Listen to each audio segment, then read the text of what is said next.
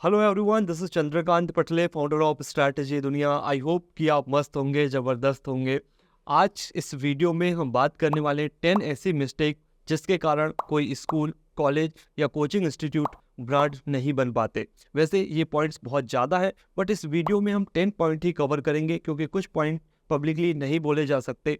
अब ये जो मैं मिस्टेक बता रहा हूँ, ये पॉइंट्स के बारे में, ये आप किस बेस पे बोल रहा हूँ आप ये जानना चाहेंगे। तो कुछ कारण है, उस बेस पे हमने रिसर्च के बाद ही ये पॉइंट्स आपके सामने रख रहे हैं। तो ये आगे का वीडियो आपको क्यों देखना चाहिए, उसके लिए आपको ये मेरे बारे में जानना पड़ेगा। पहली चीज़ कि मैं लगभग 21-22 साल की एज से इस इंडिया के अलग अलग स्कूल्स, कॉलेज, कोचिंग इंस्टीट्यूट के लिए एडमिशन मार्केटिंग स्ट्रेटजी डिज़ाइन कर रहा हूँ। दूसरी चीज़ जब है कि हमने 2017 से ये सर्विस देना स्टार्ट किया। 2015 में इस फील्ड में आया और 2017 से हमने सर्विस देना स्टार्ट कर दिया। हमने ग्राउंड लेवल पे वर्क किया है। ऐसा नहीं कि स्टूडियो में आके मैं स्टार्ट कर दिया बताना और ट्रेनिंग देना स्टार्ट कर दिया। अगर आप इससे पहले के पूरे वीडियो देखेंगे, आपको देख के समझ जाएगा फेस भी, सारी चीज़ें हमने ग्राउंड लेवल पे वर्क किया। वो फिर नॉर्थ हो, साउथ हो, ईस्ट हो, वेस्ट हो, सभी तरह से हमने प्रोजेक्ट पे सभी जगह पे जाके ग्राउंड लेवल पे वर्क किया। उसके बाद ये रिसर्च एनालिसिस के बाद कुछ पॉइंट्स मैं आपके सामने रख रहा हूँ। क्योंकि जब स्कूल मैनेजमेंट से बात करते थे तो कई बार ये सुनने मिलता था कि हम सब कुछ कर रहे हैं, हमारे पास नंबर ऑफ एडमिशन कुछ जगह ज़्यादा होते थे, कुछ जगह कम होते थे, बट उतने ज़्यादा एडमिशन नहीं आते थे जितने एडमिशन होने चाहिए। तो हर तरह के प्रोजेक्ट पे वर्क किया हुआ है। कुछ जगह पे हमने 100-150 जहाँ पे एडमिशन थे वहाँ पे भी वर्क किया है, और कुछ ऐसे स्कूल थे जहाँ पे 5,000, 4,000, 6,000 स्टूडेंट है, उस स्कूल के लिए भी हमने स्ट्रेटजी डिज़ाइन किया हुआ है। तो इस बेस पे हम कुछ पॉइंट्स आपको बताने वाले, इस पॉइंट्स पे आपको वर्क करना है। पहला पॉइंट्स आता है राइट स्ट्रैटेजी पोजिशनिंग। इस पे क्या होता है, स्कूल जो होते हैं मार्केटिंग तो करते हैं। जब हम लोगों ने मिले तो ये देखा कि मार्केटिंग कर रहे हैं, इन्वेस्टमेंट बहुत कर रहे हैं, बट वो वेस्ट हो जाता है, एडमिशन उतने ज़्यादा नहीं आते। तो इसके पीछे जब हमने पूरा एनालिसिस किया तो बहुत सारे स्कूल्स में ये देखा गया कि जो मार्केटिंग, सही मार्केटिंग स्ट्रैटेजी नहीं है। कब क्या करना है, कैसी मार्केटिंग स्ट्रैटेजी को इम्प्लीमेंट करना है, वो स्ट्रैटेजी नहीं है। कुछ जगह ये होता है कि हर शहर में 1-2 स्कूल ऐसे होते हैं जो सब कुछ पहले लेकर आते हैं। अब दूसरे स्कूल क्या करते हैं, उन्हीं की मार्केटिंग स्ट्रैटेजी को कॉपी कर लेते हैं। तो वो जो कॉपी स्ट्रैटेजी होती है वो उतना जो पेरेंट्स है उनके साथ बॉन्डिंग नहीं बना पाती, क्योंकि सबको पता है कि इससे पहले कोई और स्कूल इस मार्केटिंग को यूज़ कर चुका है। तो आपको ध्यान रखना है कि सही मार्केटिंग हो और यूनिक मार्केटिंग के साथ आपको अपने स्कूल का प्रमोशन करना है। इसीलिए हम लोग जब अपने क्लाइंट को सर्विस देते हैं तो लगभग 20 से 50 मार्केटिंग स्ट्रैटेजी प्लान करके देते हैं हर टाइम की, कब, किस समय, कौन सी मार्केटिंग स्ट्रैटेजी को इम्प्लीमेंट करना है। अब हम अपने नेक्स्ट पॉइंट पे बढ़ते हैं, ये है रॉन्ग टाइम मार्केटिंग स्ट्रैटेजी। अब इसमें क्या होता है, अधिकांश स्कूल रॉन्ग टाइम पे, गलत समय पर मार्केटिंग करते हैं। कुछ जगह हम बात करते तो देखते हैं कि अभी हमारे यहाँ ना एडमिशन जो आएगा अप्रैल में आएगा, जून में आएगा, तो मार्केटिंग करेंगे। नहीं, मार्केटिंग का जो सही समय होता है वो 90 डेज आपको लेकर चलना पड़ता है, क्योंकि 10-15 दिन आपको प्लानिंग करने में लगता है, 1 मंथ आपको टूल्स तैयार करने में लगता है। क्यों टूल्स बनाना है, देखिए आपके पास टीम है, आपका कैंपस बहुत अच्छा है, बट आपकी जो टीम है, मतलब जैसे वैसी बात होगी जैसे कोई युद्ध करने जा रहा है और उसके सैनिक भी है पर उनके पास हथियार ही नहीं है, तो वो युद्ध हार जाएंगे। तो वैसे ही होता है, जब टूल्स आप बनाते हैं तो टूल्स कौन बना रहा है, कैसे टूल्स बन रहे हैं, क्या वो बॉन्डिंग बना पाएंगे पेरेंट्स के साथ, वो सारी चीज़ों पे आपको एनालिसिस करना है। उसके बाद आपको सही टाइम पे स्ट्रैटेजी को इम्प्लीमेंट करना है। आपके पास सितंबर में क्या इम्प्लीमेंट करना है, दिसंबर में क्या करना है, जनवरी में क्या करना है, आपके पास पूरा कैलेंडर होना चाहिए। जैसे हम अपने क्लाइंट को पूरा फ्रेमवर्क देते हैं, किस मंथ, किस वीक, कौन सी मार्केटिंग स्ट्रैटेजी को इम्प्लीमेंट करना है। तो सही टाइम पे जब आप मार्केटिंग करेंगे तो आपको रिजल्ट बहुत अच्छे मिलेंगे। तो इस पॉइंट्स को भी आपको ध्यान रखना है। कुछ जगह पे, अब हम थर्ड पॉइंट की ओर बढ़ते हैं, कुछ जगह हमने देखा कि फ्यूचर के हिसाब से नहीं सोचते, फ्यूचर की प्लानिंग नहीं होती स्ट्रैटेजी को लेकर। अधिकांश स्कूल हम लोग गए कुछ बड़े स्कूल में जहाँ पे हमने ये भी सुना हुआ है कि हमें आज मार्केटिंग की ज़रूरत नहीं है, हम क्या करेंगे मार्केटिंग, हमारे पास तो वैसे ही एडमिशन आते हैं। हो सकता है आज आ रहे हैं, बट एक कॉम्पिटिटर आएगा, उस समय आपको पता चल जाएगा कि आज जो आपने पहले सोचा था ये कि हमें कोई फ़र्क नहीं पड़ता, तब आपको फ़र्क पड़ेगा जब एक कोई कॉम्पिटिटर आ जाएगा। क्योंकि कॉम्पिटिटर बहुत तेज़ी से बढ़ रहे हैं, बहुत ज़्यादा स्कूल ओपन हो रहे हैं।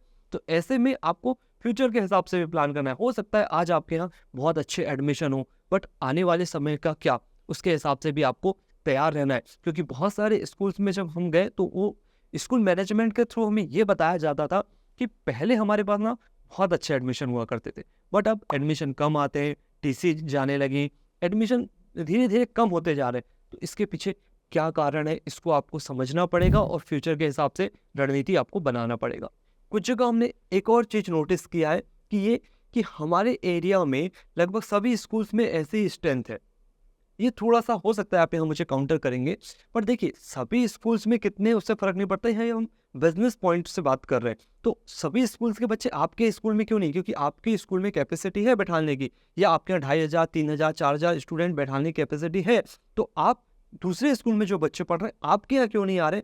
उस पॉइंट्स पे काम करना है। फिर फ़र्क नहीं पड़ता कि आपके यहाँ पे 2000 एडमिशन है या 2500 है, तो 2500, 3000 में कैसे आगे नंबर बढ़े? उस पे हमें वर्क करना होता है। तो ये फ्यूचर के हिसाब से आपको सारी रणनीति प्लान करनी होती है, जिसके कारण आपको आने वाले समय में प्रॉब्लम फेस करना नहीं पड़ेगा। अब हम अपने चौथे पॉइंट्स की ओर बढ़ते हैं। यहाँ पे हमने देखा है कि जो बच्चे ऑलरेडी आपके स्कूल में पढ़ रहे हैं, उनके पेरेंट्स के थ्रू एडमिशन नहीं आते। इसे हम नाम देते हैं सिबलिंग मार्केटिंग स्ट्रेटजी।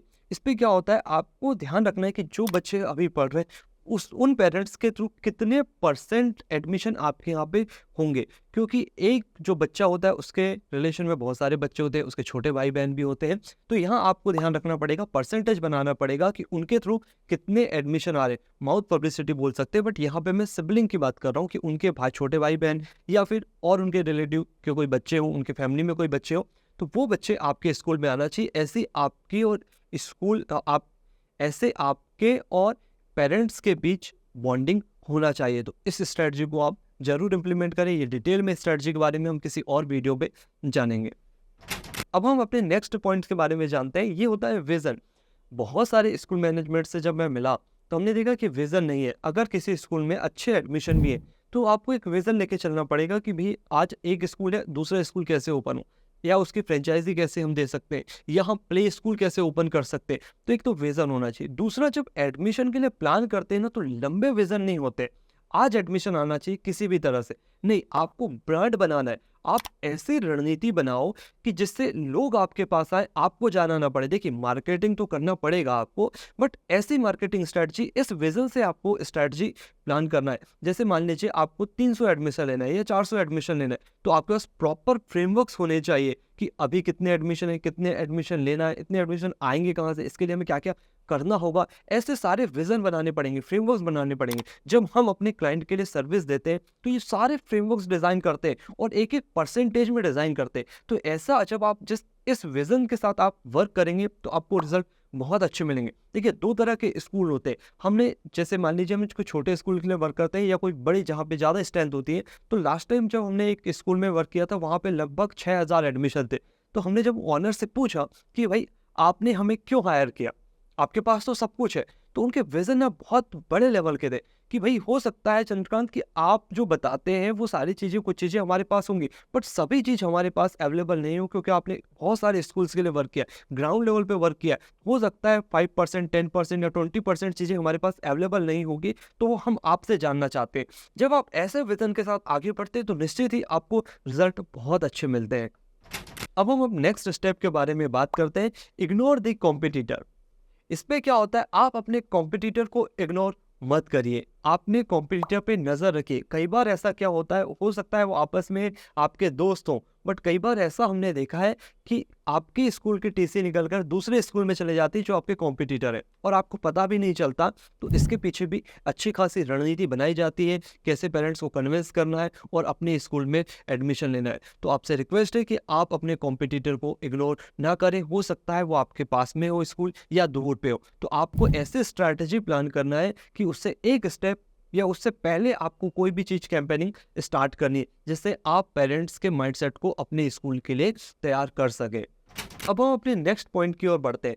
यहाँ पर क्या होता है, बहुत सारे स्कूल्स ये प्रॉब्लम भी फेस करते हैं कि अच्छे टीचर को रिटेन नहीं कर पाते। कई बार ऐसा देखा जाता है कि टीचर्स के बीच आपस में ही पॉलिटिक्स शुरू हो जाती है। कुछ टीचर्स ऐसे होते हैं जो मिड सेशन में छोड़कर चले जाते हैं, कुछ उनके कॉम्पिटिटर के यहाँ चले जाते हैं। तो ये प्रॉब्लम भी बहुत स्कूल मैनेजमेंट के सामने आती है। तो देखिए, इस प्रॉब्लम को सॉल्व करने के लिए आपको टीचर्स के साथ बात करना चाहिए, और दूसरी चीज़, आप उसको प्रॉपर फ्रेमवर्क दीजिए कि आपके स्कूल में अगर कोई टीचर है तो उसका क्या फ़ायदा है। जब ये आप पूरा लिखित में आपको उनको देंगे, फ्रेमवर्क्स बना कर देंगे, तो वो बहुत अच्छा वर्क करेंगे और उन्हें एक विज़न समझ आएगा कि आपके स्कूल में क्यों रुके। बट ये बहुत बड़ी प्रॉब्लम है, इस प्रॉब्लम को स्कूल मैनेजमेंट को सॉल्व करना चाहिए। जैसे हम अपने क्लाइंट्स को सर्विस देते हैं, तो इस प्रॉब्लम को सॉल्व करने के लिए बहुत से अलग अलग फ्रेमवर्क्स बनाएं और इस प्रॉब्लम को सॉल्व कर दें, ताकि अच्छे टीचर को हम लोग रिटेन कर पाएँ।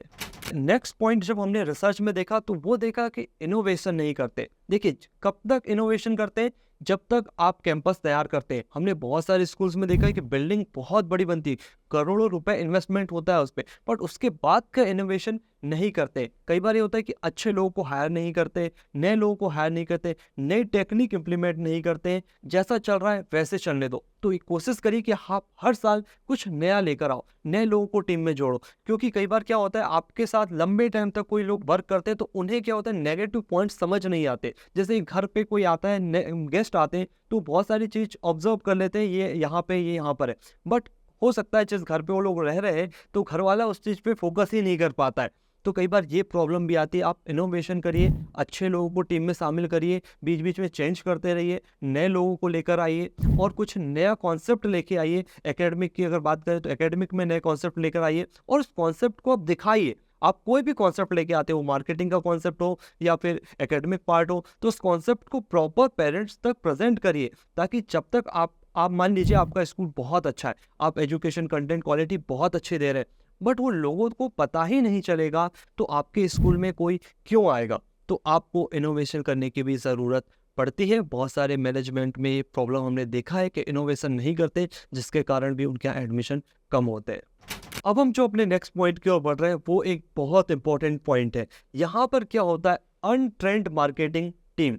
अक्सर स्कूल्स क्या करते हैं, अपने यहाँ के लोकल के लोगों को या फिर अपने स्टाफ के लोग, वो जो एजुकेटर हैं जिन्हें मार्केटिंग का एम भी नहीं आता, उनके थ्रू मार्केटिंग कराते हैं या प्रॉपर ट्रेनिंग नहीं देते। देखिए, अनट्रेंड मार्केटिंग टीम अगर आप हायर करेंगे या उनसे वर्क कराएंगे, तो आपको रिजल्ट वैसे ही मिलेंगे जैसे आपने स्टार्ट किया था। बट ट्रेंड एक्सपर्ट टीम से जब आप वर्क करवाते हैं, तो रिजल्ट बहुत अच्छे मिलते हैं। देखिए, यहाँ पे गारंटी वारंटी की बातें नहीं हो रही है, क्योंकि ये एक सर्विस चीज़ें होती हैं। आप जितना अच्छा करेंगे, उतने अच्छे आपको रिजल्ट मिलेंगे। तो अनट्रेंड मार्केटिंग टीम एक बहुत बड़ा इंपॉर्टेंट रोल प्ले करता है किसी के स्कूल की ग्रोथ रेट कम करने में। तो यहाँ पे आपको ध्यान रखना है, ट्रेंड टीम या फिर उसे ट्रेनिंग दीजिए, प्रॉपर ट्रेनिंग दीजिए, 15 दिन, 10 दिन की, 5 दिन की ट्रेनिंग दीजिए। उसके बाद आप उसे मार्केट के लिए या मार्केटिंग करने के लिए आप उसे प्रमोट करें। तो अब यहाँ पे क्या होता है, जो ट्रेनिंग दे रहा है वो पर्सन कैसा है। अक्सर हमने चीज़ों को नोटिस किया है, हो सकता है ये बात थोड़ी सी किसी को आपको अच्छी ना लगे, बट कुछ लोग होते हैं जो एजुकेटर है, उन्हें मार्केटिंग का एम भी नहीं पता है, वो ट्रेनिंग दे रहे होते हैं। भाई, आप एसी से कभी बाहर निकले ही नहीं, आप कैसे ट्रेनिंग दे सकते हो? ट्रेनिंग, मार्केटिंग की ट्रेनिंग जिन्होंने ग्राउंड लेवल पे काम किया हुआ है, 40 डिग्री 30 डिग्री पे काम किया हुआ है, उसको पता होता है जो गेट पे लिखा होता है ना, कुत्तों से सावधान, वो किसके लिए होता है। कई बार बहुत सारी चीज़ें ऐसी होती हैं कि जब आप किसी से मिलने जाते हो, किसी को फ़ोन कॉल करते हो या किसी से मीटिंग अटेंड करते हो, क्योंकि अब मार्केटिंग करना पड़ेगा, पहले का समय कुछ और था। तो ये चीज़ें आपको समझना पड़ेगा, और टीम को मोटिवेशन की ज़रूरत पड़ती है, टीम को सपोर्ट की ज़रूरत पड़ती है। तो आप ट्रेनिंग प्रॉपर दीजिए और अच्छी एक्सपर्ट टीम से आप वर्क करवाएं। अब हम जिस प्रॉब्लम की बात करने वाले हैं, वो बहुत सारे स्कूल मैनेजमेंट इस प्रॉब्लम को फेस करते हैं, वो है फीस कलेक्शन स्ट्रैटेजी। तो यहाँ पे क्या होता है, बहुत सारे स्कूल मैनेजमेंट को लगता है कि फीस ज़्यादा होगी तो स्कूल का डेवलपमेंट होगा, बट मैं आपको यहाँ पे बताना चाहूँगा, किसी भी स्कूल के डेवलपमेंट में उसकी फीस कम है या ज़्यादा है, ये इम्पोर्टेंट नहीं होता। इम्पोर्टेंट ये होता है कि उसकी फीस सही टाइम पे आ रही है या नहीं आ रही है, किसी भी स्कूल का। तो आपको ध्यान रखना है कि आपकी फीस सही टाइम पे आए। बहुत सारी जगह पे देखा जाता है कि लास्ट ईयर की फीस नहीं आती या उससे पहले की और बाद की फीस नहीं आती। तो यहाँ पे आप कोशिश करिए कि आपके स्कूल में सही टाइम पे फीस आए, उसके लिए आप प्रॉपर रणनीति बनाइए, उसके लिए सही फ्रेमवर्क्स बनाइए, जिससे आपको फीस टाइम पर मिलेगी। और अगर किसी स्कूल की फीस टाइम पर नहीं आती, तो उसके डेवलपमेंट में वो इम्पैक्ट दिखता है, वो समझ आता है, ग्रोथ रेट पे फ़र्क पड़ता है। तो कोशिश करिए कि आपके स्कूल की जो फीस है वो सही टाइम पे आए और उसके हिसाब से आप स्ट्रैटेजी प्लान करिए। तो ये कुछ 10 पॉइंट्स थे जिसको मुझे लगा कि आपको बताना चाहिए। बहुत सारे स्कूल मैनेजमेंट इसको इग्नोर कर देते हैं या यहाँ पर ध्यान नहीं देते। तो ये 10 पॉइंट्स पे वर्क करिए। और भी ऐसे कुछ पॉइंट्स हैं जो मैं पब्लिकली वीडियो में नहीं बोल सकता हूँ, और जब हम किसी क्लाइंट को सर्विस देते हैं तब हम उनके सामने और भी पॉइंट्स रखते हैं। अगर आपको ये सर्विस लेना है या अपने स्कूल को डेवलप करना है तो आप नीचे दिए गए नंबर पे कॉल करें या हमारे यूट्यूब चैनल स्ट्रैटेजी दुनिया पे जाकर हमारे बारे में और जानकारी लें। सबसे अच्छी बात ये है हमारे साथ कि जब आप हमें कॉल करेंगे तो हम बहुत अच्छे से उसको प्रेजेंटेशन देते हैं, आपकी जो प्रॉब्लम है उस पर बहुत अच्छा डिस्कशन करते हैं और डिटेल में बताते हैं आपको क्या करना चाहिए। और हम किसी प्रकार का कोई चार्ज नहीं लेते। हाँ, अगर 1 ईयर तक किसी को सर्विस देना है तो कुछ चार्ज होते हैं, बट हमें कोई कॉल करता है कि अभी हम सर्विस चार्ज नहीं देंगे या आपसे हमको सर्विस नहीं लेनी, बट हम आपसे जुड़ना चाहते हैं, बात करना चाहते हैं, तो हम उन्हें पूरी सर्विस के हिसाब से ही बात करते हैं। लगता है ऐसा नहीं है कि हमारे क्लाइंट है या नहीं है, बट हमें उन्हें डिटेल में बताते हैं और बहुत अच्छे से एक्सप्लेन करते हैं जो भी हमसे हो पाएगा। बाकी ये सीखना है, सिखाना है, ये चलता रहेगा। इससे इस वीडियो से आपने बहुत कुछ सीखा होगा, तो आप प्लीज़ इस वीडियो को लाइक करें और शेयर करें। और इस वीडियो को अगर आप एंड तक देख रहे हैं तो आपका बहुत बहुत धन्यवाद।